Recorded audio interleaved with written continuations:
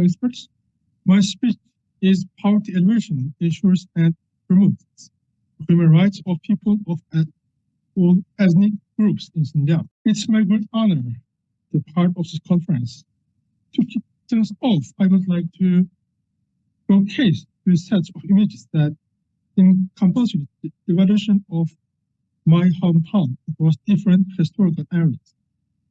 The initial set of pictures features the old city of Shache County, where my roots lies, born and raised here.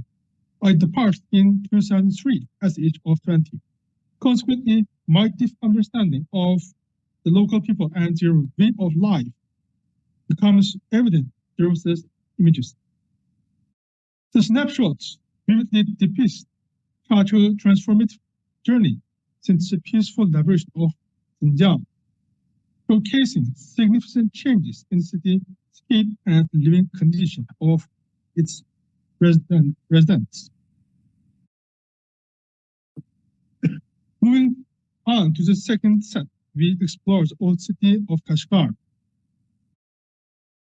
I recall my first visit in 2072, perceiving Kashgar as a bustling metropolis. However, after living for Urumqi and Shanghai in 2003, I gained a newfound appreciation for the dynamism and allure of modern city, realizing the relatively slower pace of development in my hometown. The images provide offers a glimpse into the evolving landscape of both Kashgar's old city and the city itself. This visual also underscores improving living standards and enhanced quality of life for people of all ethnicities in Xinjiang. The proactive efforts of the Chinese government, including elevation income levels and implementing robust poverty elevation initiatives, have promoted and protected the human rights of all ethnicities in Xinjiang, leading to a historic peak in living conditions. In 1978, the Chinese government conducted a survey on rural poverty, revealing that by the standard of the era, approximately over 5 million individuals in Xinjiang's rural areas were living in poverty.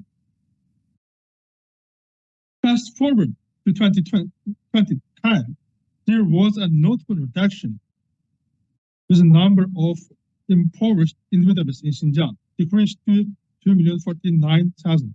In 2011, responding to an updated national poverty standard, Xinjiang expanded its poverty alleviation efforts, encompassing an additional 800,000 people and bring the overall count of those in poverty to 3,029,000. By the close of 2017, the poverty-stricken population in Xinjiang had further declined to 1,089,000. Xinjiang completely eradicated poverty in 2020, lifting all its residents out of impoverished condition. During this period, both the central government and the autonomous region constantly escalated financial support for poverty alleviation. Changing sustainable resource to uplift Xinjiang as a whole, with a particular emphasis on southern Xinjiang. To illustrate, between 2010 and 2014, the regional fiscal special poverty alleviation fund exceeded 11 billion yuan.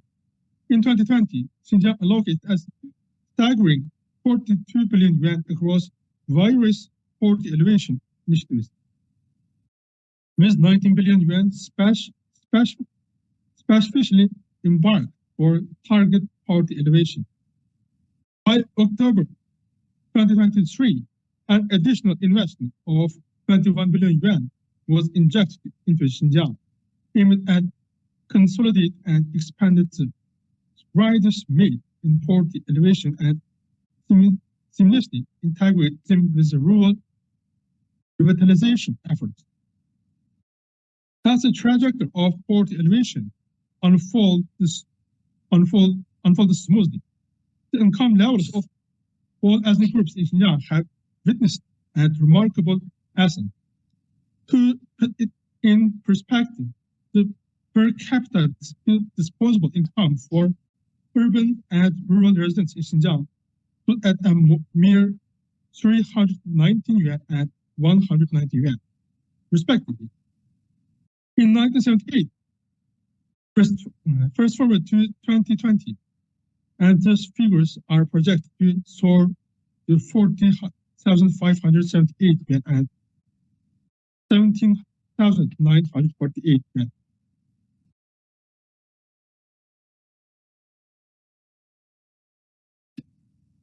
The elevation of income levels has triggered positive shifts in consumption patterns, structural preference, and education pursuits among the diverse ethnic groups in Xinjiang.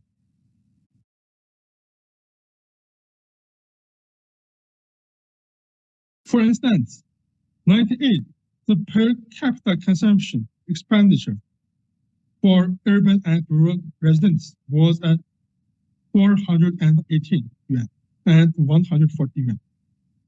By 2023, the figures are expected to reach 26,134 yuan and 13,645 yuan, showcasing a sustainable increase of approximately 65 times and 90 times. Examining consumption structure reveals a noteworthy transformation.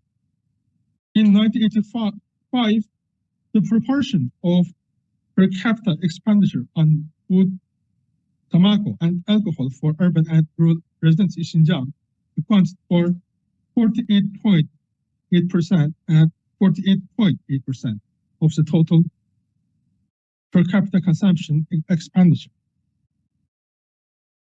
Contrastingly, by 2020, the percentage dropped to 31.3% and 32.2%, indicating a shift towards increased spending on housing, healthcare, education, culture, transport, and communication has gradually increased.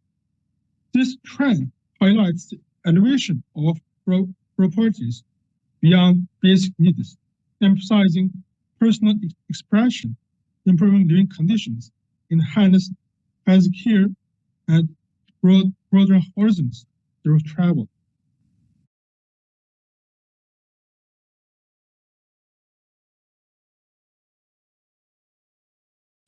For example,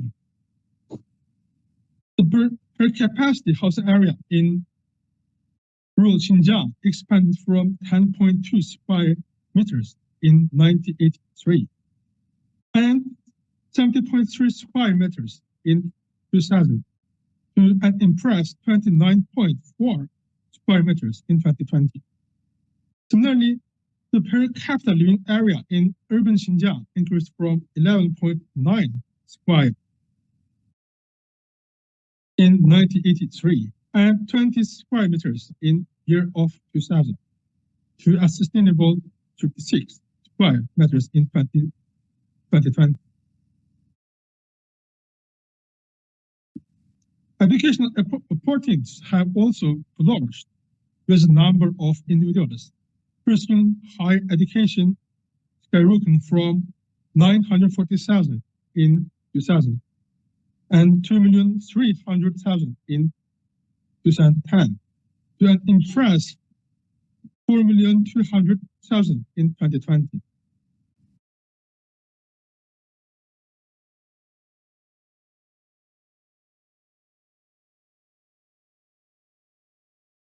Furthermore, as more individuals rise out of poverty and attain affluence, there is a growing emphasis on education.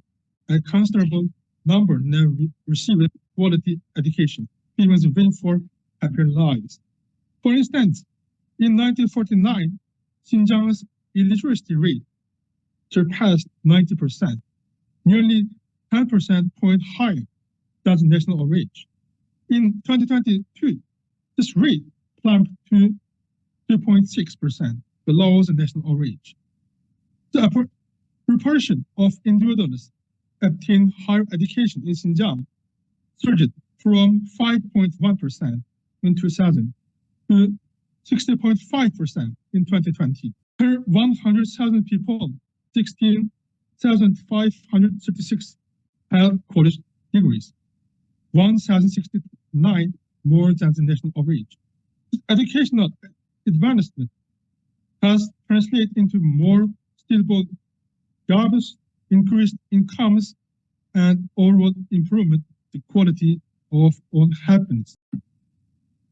And it's my father, it's my mother. It's a totally different life. We can find the development of our society. Also,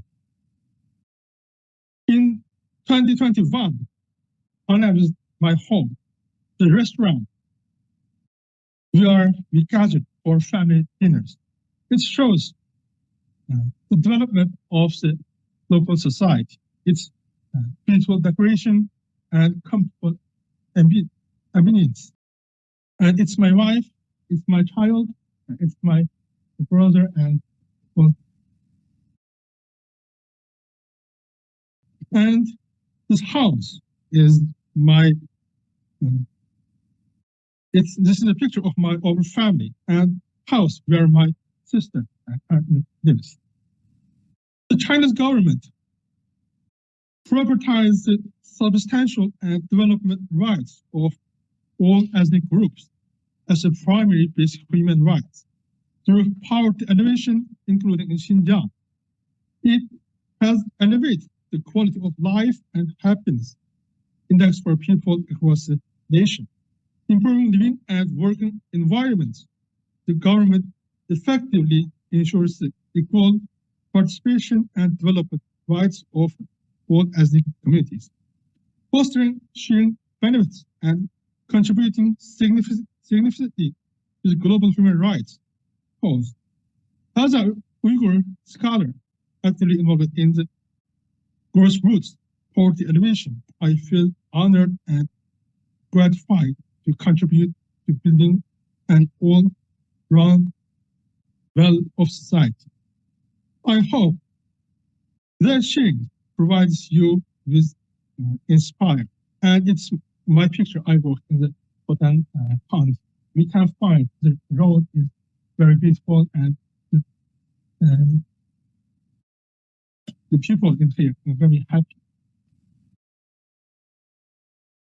Okay, that's all. Thank you for your sharing.